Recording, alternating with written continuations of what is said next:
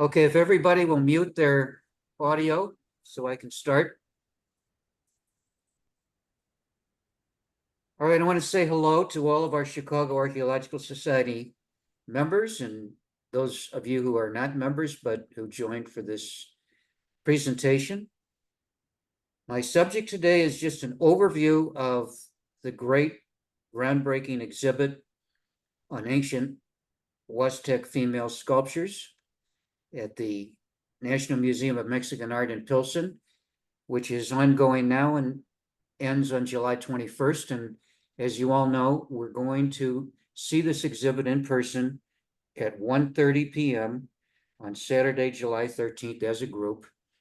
And remember, I'm not going to be speaking inside the museum because museums don't usually like outside speakers to start talking while other folks are viewing the exhibit. So that's why I'm having this Zoom now. And this particular exhibit has reached national importance. Got a big article in the New York Times and elsewhere because there's a lot of controversy involved in this exhibit that I will talk about. And it's the first time that a lot of these pieces that you're going to see in this talk have ever been exhibited at any museum outside of Mexico. And a lot of them probably won't ever be exhibited outside of Mexico again after this exhibit, I am told. And so this is a one-time only chance for us to see what we're talking about here in terms of these ancient female Huastec sculptures.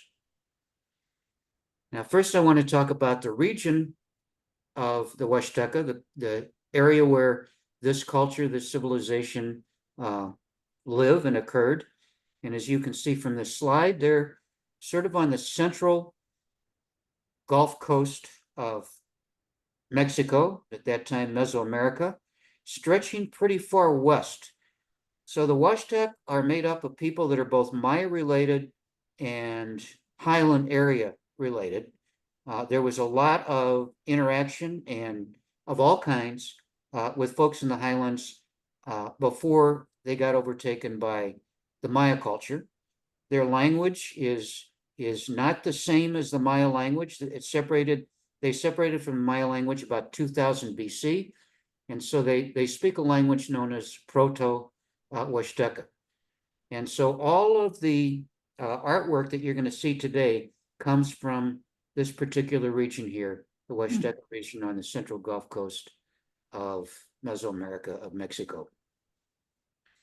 Now, I want to talk a little bit before we see the exhibit about the particular history of this region. It stretches across the Mexican states of Hidalgo and Veracruz, San Luis Potosi, and Tamaulipas, along the Pinoco River and the Gulf. It dates back the civilization to the 10th century BCE, and their most productive period was during the post-classic period of Mesoamerica, 900 to 1200 or so CE. So it rose to the prominence after the fall of Teotihuacan, which occurred around 600 CE, and the rise of the Aztec Empire, which occurs about the mid-13th century. At their peak during this post-classic period, they constructed temples on top of step pyramids. They carved standing sculptures, some of which you're going to see today. They produced elaborately painted pottery, and they were admired for their abilities as musicians by other Mesoamerican peoples. They were defeated by the Aztec armies under the leadership of Moctezuma I and had to pay tribute to the Aztec Empire, but as history shows, they did retain a large degree of local self-government, although they were an Aztec protectorate. They were conquered by the Spanish between 1519 at the time of the Spanish conquest of the Aztecs in the 1530s. After the Spanish conquest, many of the Huastecas were sold as slaves in the Caribbean by the Spanish conquerors. The Proto-Huastecan language was the first to split from Maya proper, as I said, around 2000 BC. And again, some of their smaller artworks, they made decorated pots, gaming stones, pipes, smaller sculptures, engraved shell Georgettes, fan headdresses, and a lot of iconography of hunchback humans, many ceramics depicting both male and female deities and shamans. They arrived in the Huastec area that I showed you between 1500 BCE and 900 BCE.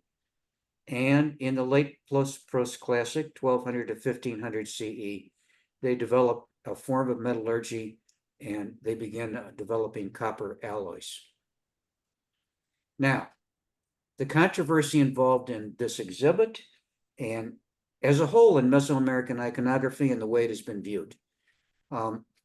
Mostly because most male archaeologists up until the very recent past were males. And when they looked at iconography in Mesoamerica, they attributed, in most cases, unless they were female deities, male attributes. And so it was very difficult for Mesoamericanists until very recent times to attribute female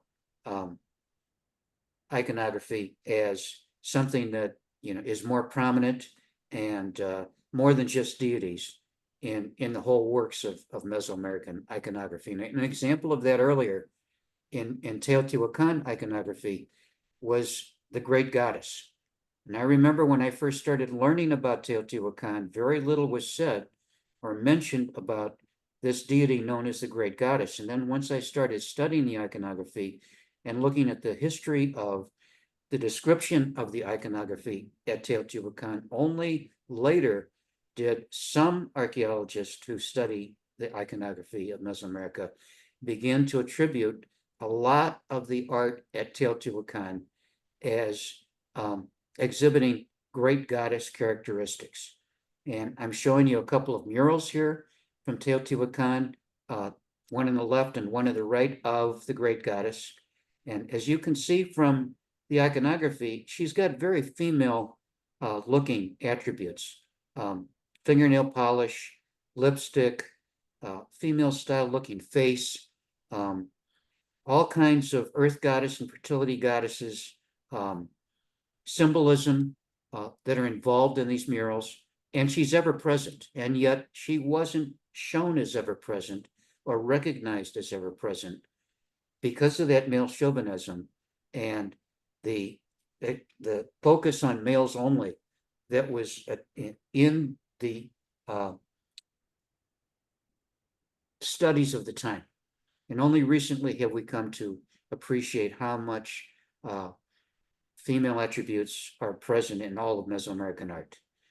And in this particular exhibit, you're going to see that even now, with this exhibit, we're going to be seeing on July 13th, there is this opening to what we see in Huastec art in terms of how much of the Huastec sculptors we're going to be looking at are not just female deities, which were recognized as corn goddesses or earth mother goddesses, but as actual female rulers, governors, aristocrats, and so on.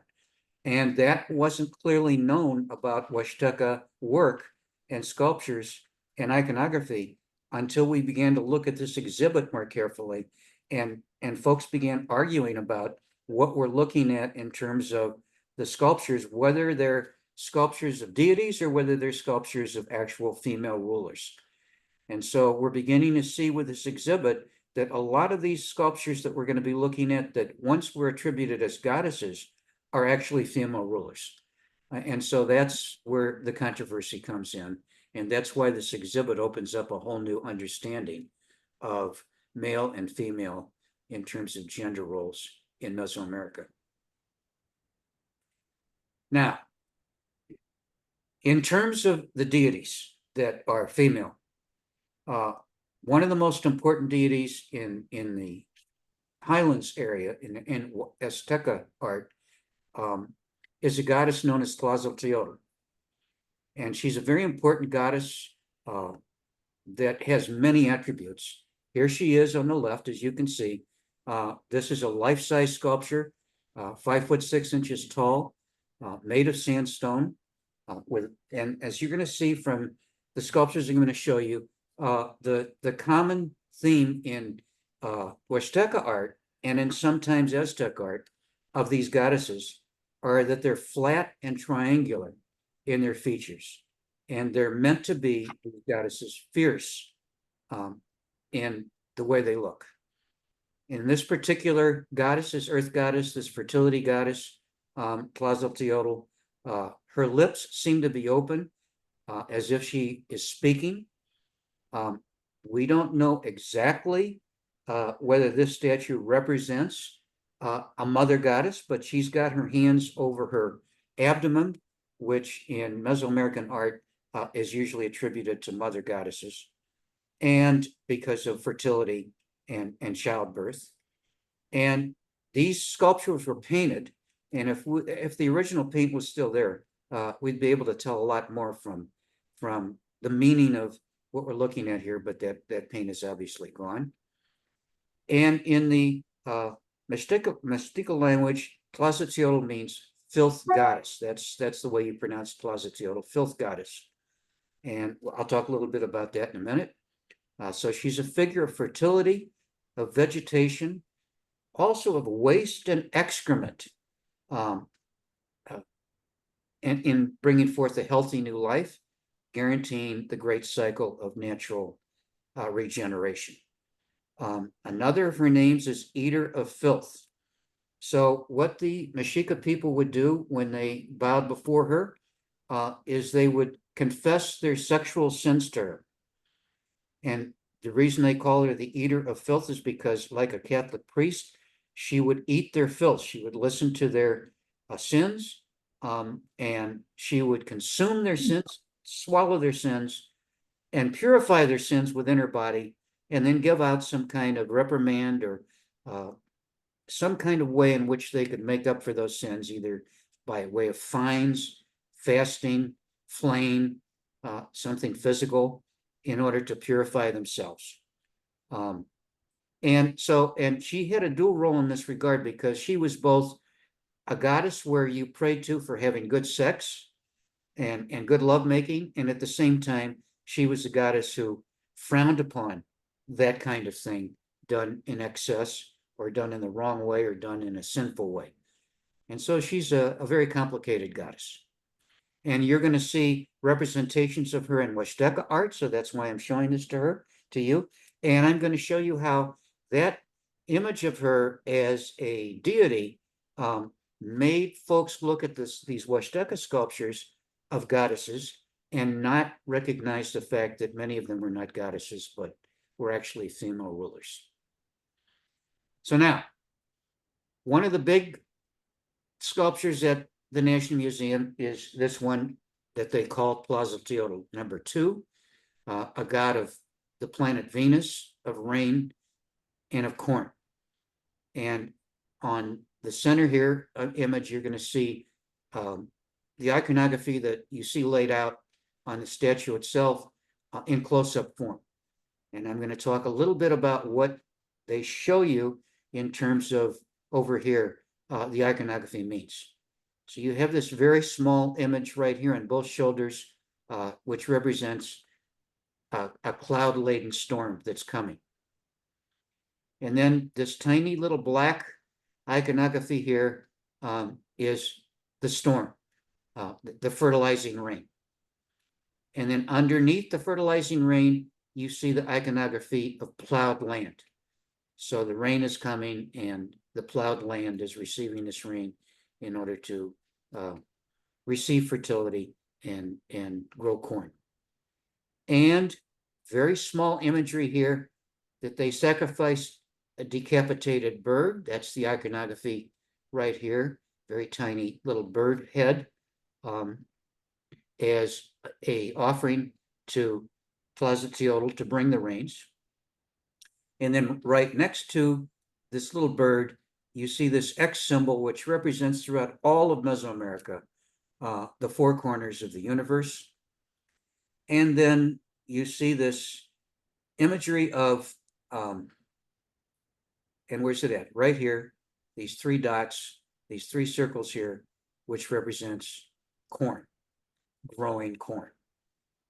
And then these little circles here with the cross in the middle represents 20-day cycles. And so that many 20-day cycles for the corn to be grown and harvested. And so a lot of things going on in this iconography that you will see at the exhibit. So now you know when you go to the exhibit what you're looking at when you look at this particular sculpture. So this is a goddess. She is a mother goddess like the Tlazolteotl of the Mexica. And a lot of the imagery here is borrowed from the Mexica. As you can see, flat features, her hands over her womb, representing fertility and the mother goddess. And you're going to see another imagery here, another piece of iconography that they put on most of their sculptures, this huge, gigantic headpiece. And then above the headpiece, this particular iconography sticking out above the headpiece, which represents some kind of shamanistic power, religious power. And you're going to see at the exhibit another statue, another big sculpture of a female. Again, this is a goddess, and it's another image of that Aztec goddess Tlazolteotl. And again, you see the style that we now recognize, this big flat look of these goddesses. That big headdress, that big headpiece, and then above it, the iconography of spirituality, of shamanistic power above it. These particular wings over here were probably meant to be feathers, a feathered headdress, big earrings. And as you notice, she's got this imagery right underneath the breasts, probably representing the hands over her womb. Again, fertility style, mother goddess. And this particular sculpture comes from the museum in Veracruz, Museum of Jalapa. Now, here is one of the sculptures that have been recently uncovered that began to open this new controversy about goddesses versus female rulers in the Huasteca realm. This particular sculpture known as the Young Ruler of Amahac, and this particular sculpture was created during the post-classic period of time when the Aztecs still controlled the Huasteca area.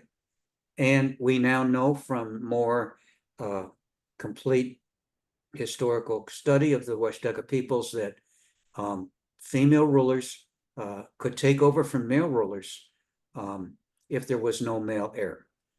And so that opens up the idea that then a lot of these images that we see in these sculptures were not goddesses, but were actually female rulers. And these ones that we're seeing in this exhibit are very large, life-size, 5 feet, 6 feet tall, testifying to female importance that we didn't recognize as much in the Huasteca sculpture. And again, was she a goddess or was she an actual female ruler? Well, they found even more of this style and even more of this particular person, perhaps, in the area of Hidalgo Amahac, which would indicate that this is a ruler, it's not a goddess, and has all the attributes of one that has taken over from a family where there was no male heir. They found this sculpture in January 2021, buried in a citrus grove.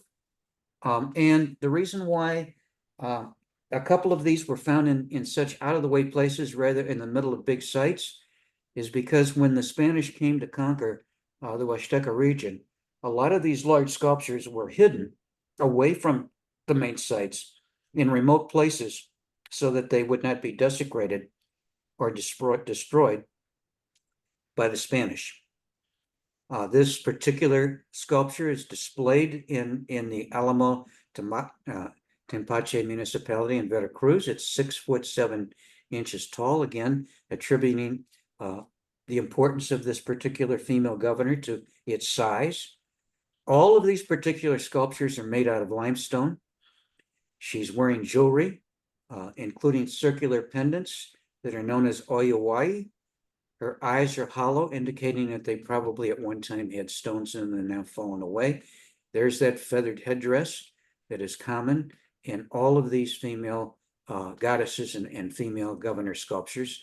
She's got her hands over her stomach, female wise, fertility wise, mother goddess wise, but nonetheless, it is now judged that this is not a goddess, and that's where the controversies are, because of the male chauvinism involved in judging, what these sculptures represent. She's an actual female ruler. Right after this, a few years later, and you're going to see this sculpture as well, is another sculpture known as the Young Woman of Amahak II. And this particular sculpture was created during the early post-classic, 1100 to 1200 CE AD. And it was, again, probably hidden away from the Spanish and buried for protection in an out-of-the-way place so that the Spanish wouldn't find it. She's a little smaller than the one you just looked at, and this was uncovered as a result of road construction, May 30th, 2023. She's 5'1" tall, weighs somewhere between 440 to 550 pounds, this sculpture. And INA, the Mexican Architectural Foundation researchers have not ruled out a possibility that this is another ruler, not the one that you just looked at, but a one that obviously would have come at a much earlier time, several centuries before the one you just looked at. And again, that she's not a goddess, that she's an actual ruler. Again, she's got her hands over her abdomen, mother goddess style, the feathered headdress, the flat style that you're now familiar with in Huastec, in Huasteca architectural style. The eyes that probably contain stones of some kind, semi-precious jewelry of some kind. This headpiece that has glyphs in it that would have represent various things that you saw with that Plaza number 2 that I showed you before. And in this particular sculpture, she's either running or walking, and that makes it unusual because I haven't seen that style yet in any other Huasteca sculpture, and you won't see it again in the exhibit at the National Museum. After it was discovered, they found several burials of people who inhabited this area between 1100 and 1200 CE. Now, the one that created even more controversy and is the one that is renowned now in terms of this exhibit across the country. This is the one that got a big write-up in the New York Times, among other places. And this is an image, and again, it's real controversy and eye-opening of a Huasteca female ball player. So before we found this particular sculpture, and we do have smaller imageries of you'll see of female ball players in Mesoamerica and especially among the Huasteca people. They weren't highlighted as much as they should have been. They're there. People can see that they're females. They're wearing ball player accoutrements, but they're not recognized as much until they uncovered this particular very large image of this Huasteca ball player that happens to be female. She's the first life-size representation of a ritual ball player dating to the post-classic, somewhere between 900 to 1500 CE. And now to look at the particular attributes of this sculpture, there's a glyph that's below the head of the person whose head was cut off. I'll talk about that in a minute. That may indicate that we know the name of the person who lost their head in this particular ball game, and I'm going to talk about the ball game in just a second. And that person's name may have been 4. You'll see 4 dots there, and the imagery of death. So this particular person, his or her name was For Death, we think. Okay, so let's talk about the ball game itself. I'm sure most of you know what the ball game is about, but for those of you who aren't totally familiar, this was a ritual ball game that included human sacrifice. Um, it's usually played on a T-shaped ball court, um, open at both ends. Usually, sometimes there's a wall at the front end, and there's walls on both sides of this ball court. On the left and right side of the ball court, there are high walls, and on one of the walls, there's a hoop, a stone hoop that's sticking out. And they played this game with a rubber ball, and rubber ball pretty heavy, and they weren't allowed to touch that ball with their hands, so it's like soccer. And so they had to hit the ball with their helmet that they wore, with their hips, with their feet, just like soccer, and they couldn't just throw the ball at the hoop. And so the hoop was just barely large enough for that ball to go through, and sometimes the hoop wasn't large enough for the ball to go through. So we're thinking that, all they had to do was hit the hoop. That was more likely, since it would be almost impossible for the ball to go through that hoop. So if they hit the hoop and it was tough and not a lot of scoring, so we think that once that hoop was hit, that's the end of the ball game. And the winner then gets to go over, and as we think, from lots of the murals that we see, especially in this Gulf Coast area where they were really in love with the ball game at the site of El Tahin, for instance, there's 16 ball courts in one site. So they love the ball game here. So we think that the winning captain went over to the losing captain and cut the losing captain's head off and offered it to the gods. And so that's the ball game. That's how it was played. And so it was a game, ritual of human sacrifice to feed the gods the blood of someone, the loser in particular of this particular ball game. And as you can see from this sculpture, she's got big circular ear spools. She's got this thick necklace. She's got hands holding the head, not the head. She's got hands holding a particular iconography of perhaps a deity in between. But so there's a mixture of both. She's got her hands over her stomach, mixture of both Earth Mother Goddess and also this symbol, this head, this iconography of a god, of maybe somebody that is being born, maybe somebody who died in childbirth. We don't know. And then below that, we see she's got part of the accoutrement of the ball games, a hip protector. And so that is made of leather, heavy hip protector, hip belt. And that's one of the things they use to hit the ball with. You had to have a lot of skill. Now they play this ball game now in Mesoamerica, not obviously with human sacrifice involved, but with that same style of ball and with the same sort of hoop on the sides. So they recreated the game for spectators, and it shows that folks could play this game with the accoutrements at hand that we're speaking of in ancient times, without the human sacrifice, of course. And then as we can see from on one hand here, she's holding the head of the captain of the opposing team's head that she's cut off. And again, we think that this opposing captain, here it is, 4, and the iconography of the death god. So that particular person, his name or her name may have been for death. And as you can see, she has knee protectors here, knee pads on her ankles. And so there's a lot of things going on here. And again, you got the fan headdress. You've got this big conical piece on top of her head that represents, again, shamanistic power, ritual power. And we see clearly then that females did play this ball game, even though we've known it for some time from much smaller ceramics.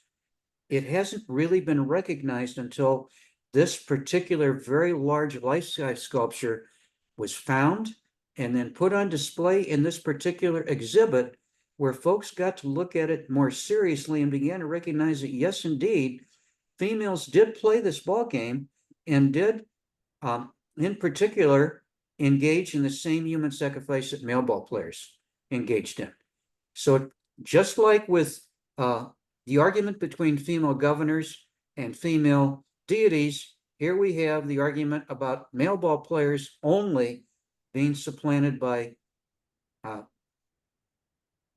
just not male ball players engaging in this ball game, but female ball players as well. So this has caught the attention of Mesoamericanists and of the press across the world. It's now become a world famous symbol of gender equality in the Mesoamerican world. And so that's why this particular sculpture is so important and so new and so glaring in terms of the way we look at Mesoamerican iconography. So it's important in all respects. Now, I'm going to go into a little bit of detail because it just goes to show you, and I wanted to talk about this in some detail, about how all of the symbolism you see on these female rulers or female goddesses, depending on which one they are, and how much is conveyed with just a little bit of sculpturalism in terms of each of these particular sculptures. This particular one that you're looking at here on the right, they call a divinity impersonator. One of the things that was true across Mesoamerica is that both males and females would dress up as important gods on their particular dates, on their particular ritual dates, and imitate that god and go through the ritual of that god for a public audience. And so this is a particular female that lived as a regular female, but dressed up as a divinity impersonator. Her head emerges from a large monster maw helmet, and you can see that as she comes out of this helmet, there's the monster's tongue coming from below her chin there. So we know that she's inside the maw of this monster maw helmet. And again, that's a particular common element in terms of divinities in Mesoamerica and divinity impersonator in Mesoamerica, in that a lot of heads are shown inside the symbolism, the head, the face of the god or goddess. And she's got this fan-like, probably had feathers at one time, effigy headgear, and there's that little iconography at the top. It represents shamanistic power. And so that shows her high stature, the fact that she's a ruler or a divinity. She's got her hands over the stomach. You see, that's really all encompassing in terms of all these females, always that Earth Mother, fertility goddess stance. She's got pendants attached to her hands here that are pendant skulls. So death skulls are attached to her arms, and they're inside or hanging from a holly leaf design that you see also in the design of Huastec warrior tattoos. The large nose and the receding forehead, they think may be indicative of cranial reshaping, cranial modification among aristocracy across Mesoamerica. Royal-born or noble-born males and females had their skulls reshaped in such a way that the heads were swooped back. They did this by tying the heads to wooden boards at infancy, and so the head would grow in that style. And so when they walked around later as adults, everybody knew they were rulers, aristocrats, born of noble lineage by way of the cranial deformation. So we think that this particular woman has gone through this cranial deformation, showing that she's royalty. A lot of these, as part of this the controversy here, a lot of these female images were indiscriminately called Tlazolteotl figures, goddesses, and they were called Tlazolteotl after the Aztec god, the Mexica god. But there was another god that was earlier than that in the Huastec realm called Escuina, with broader earth goddess implications, including water abundance, fertility, warfare, flame rituals, in association with the moon. And and by extension, a descending goddess who enters the underworld. And so the earth goddess is a hybrid reptilian monster form thought to swallow the setting sun in the underworld, and it accompanied the souls of both women who died in childbirth and deceased warriors. And so the deity's mouth was the entrance to the underworld when the sun went down. And so this particular descent and ascent to and from the underworld were part of Huastec coronation rituals. They may portray an important woman, not a goddess, in the accoutrements of Ishkawena, wearing a stone death mask in a dynastic ritual invoking divine sanction for rulership, renewal, or change. Frequently paired in temples with larger renderings of males, often in warrior attire. So I wanted to go into some detail just to show you how complex what looks like simple iconography in terms of these sculptures can be, in terms of the meaning behind everything that is involved in each of these sculptures. So I wanted to take a little bit of time to show you this Dumbarton Oaks sculpture. By the way, if you ever go to Dumbarton Oaks, if you haven't been there, it's one of the most important Mesoamerican museums across the country. It's not as big as the Mexican Museum, the National Museum of Mexican Art in Mexico City, or at the Art Institute, but it's got some of the most important pieces in all of museums showing Mesoamerican art, and in a most beautiful style. It's got one of the most beautiful gardens outside that you can visit outside of Dumbarton Oaks. And they have done tremendous amounts of research into each of the pieces that you see at the museum at Dumbarton Oaks, and it's well worth an exhibit to go out of your way when you're at Washington, D.C. to see the Dumbarton Oaks Museum. Okay, now one of the sculptures you're going to see at the exhibit is what they call a female warrior. Now, they didn't quite explain why they think this particular sculpture is a warrior. She's got her hands, again, not over her womb this time, but cross-armed over her breasts. She's got that feathered headdress. She's got that necklace. She's got those ear spools that we're familiar with. But the folks who are into the iconography of the Huastecs, the experts, are counting this as an imagery of a female warrior. So once again, showing gender equality in terms of Mesoamerican art in a very real way. And here you have another one that you're going to see at the exhibit of a female governor, not a goddess, as they would have said before.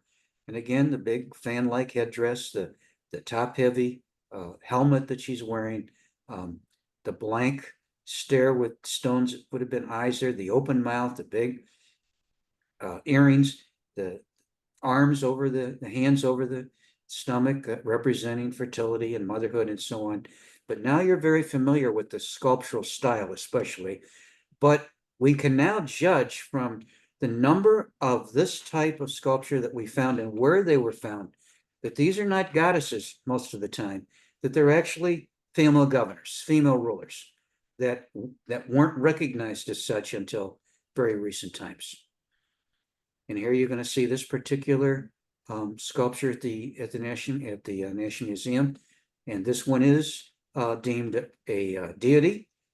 Again, the blank expression, the big eyes, the conical helmet, and underneath you see this U shape where her breasts are, and again that would represent the underworld, that would represent the earth, that would represent fertility.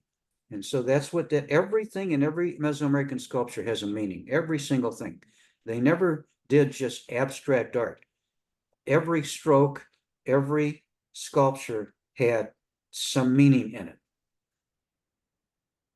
All right, I just wanted to show you what we already knew about before this exhibit at the National Museum, that there were imagery of female ball players across museums in the world and here in the United States. So we knew about it, but we didn't actually recognize that until this particular exhibit, and we saw a more compelling imagery that these female ceramics, much smaller that you're seeing in this particular slide, were females that were actually engaged. We're now understanding this in the ball game, and we're playing the ball game just like men.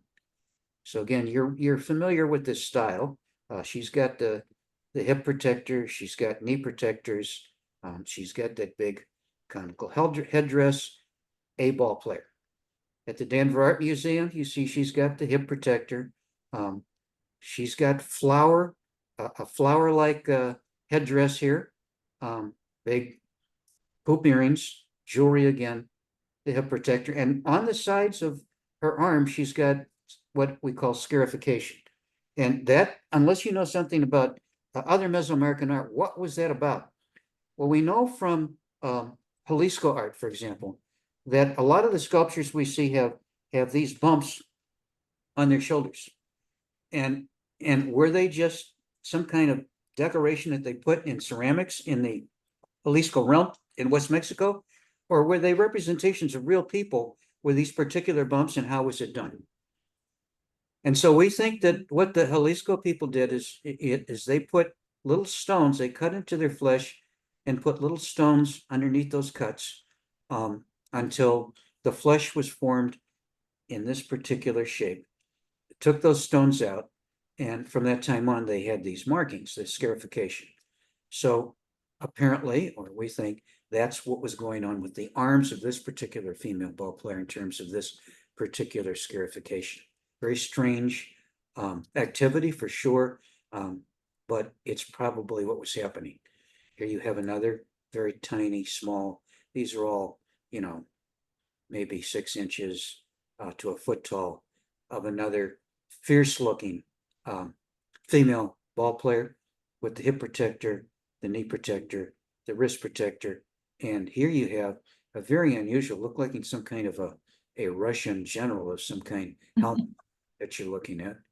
And then you find this one, another female ball player with the knee protectors, wrist, ankle protectors, all the accoutrements, but again, not recognized as actual female ball players, just sort of symbolic until this particular exhibit. We began to recognize that females actually played this game, and for real.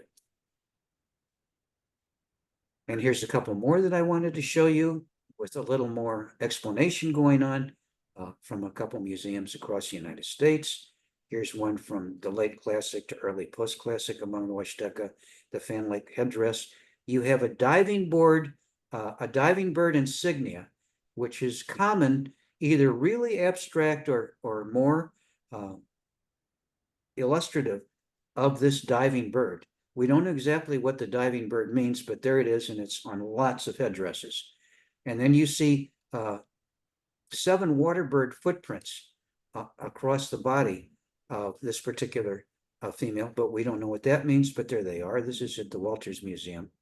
And it just went out of my head where the Walters Museum, I think maybe North Carolina, come to me. And then you have the diving bird abstract here, they say, on this particular tiny sculpture. The necklace, the jewelry, the hip belt, the hip protector, elbow protectors, knee protectors. So a ball player, obviously, of female gender. Some scarification on the shoulders here. You see they cut into the flesh of this particular person in order to leave those scars. So scarification there. And that's from the Los Angeles County Museum of Art. So you becoming familiar with this entire iconography. And in case you were wondering, yes, we do have one of these Huastec female ball player pieces at the Art Institute of Chicago. And here she is. So you can go look at it yourself. And you're going to see a lot of small pieces of ceramics at the exhibit that we're going to go looking at Saturday, 1:30, July 13th.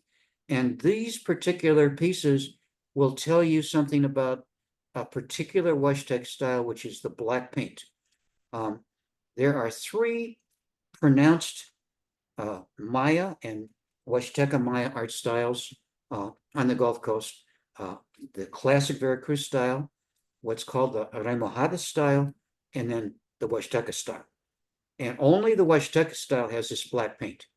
So if you're looking at museum exhibits and it doesn't have a card showing you that it's Huasteca, but it has black paint, then you can tell your friends and impress them because you know that this particular kind of ceramic is Huasteca ceramics. They're the only ones that used this black paint. And as you can see from what we're looking at here in these small ceramics, you're going to see a lot of these at this exhibit at the National Museum. They're of fierce underworld goddesses, mother goddesses, and priestesses among the Huastec folks. And you're going to see this at the National Museum. They're calling this a female warrior for obvious reasons right here. And she's holding a spear or a staff.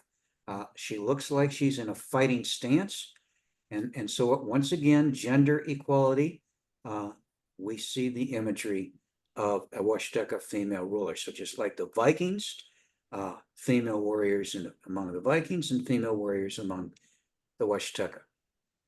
Okay, so there's your overview of this exhibit. I hope it made sense, and I hope it opened your eyes to what you're going to be looking at in an important way, and it'll give you a greater understanding of this exhibit overall and the controversies behind it, the male chauvinism involved in Mesoamerican iconography until very recent time, and this exhibit is it's right in the present, isn't it? Because we're looking at gender equality across the board, and here we have it in ancient Huastec art. So, okay, I'm done. Anybody have any questions or anything they want to say?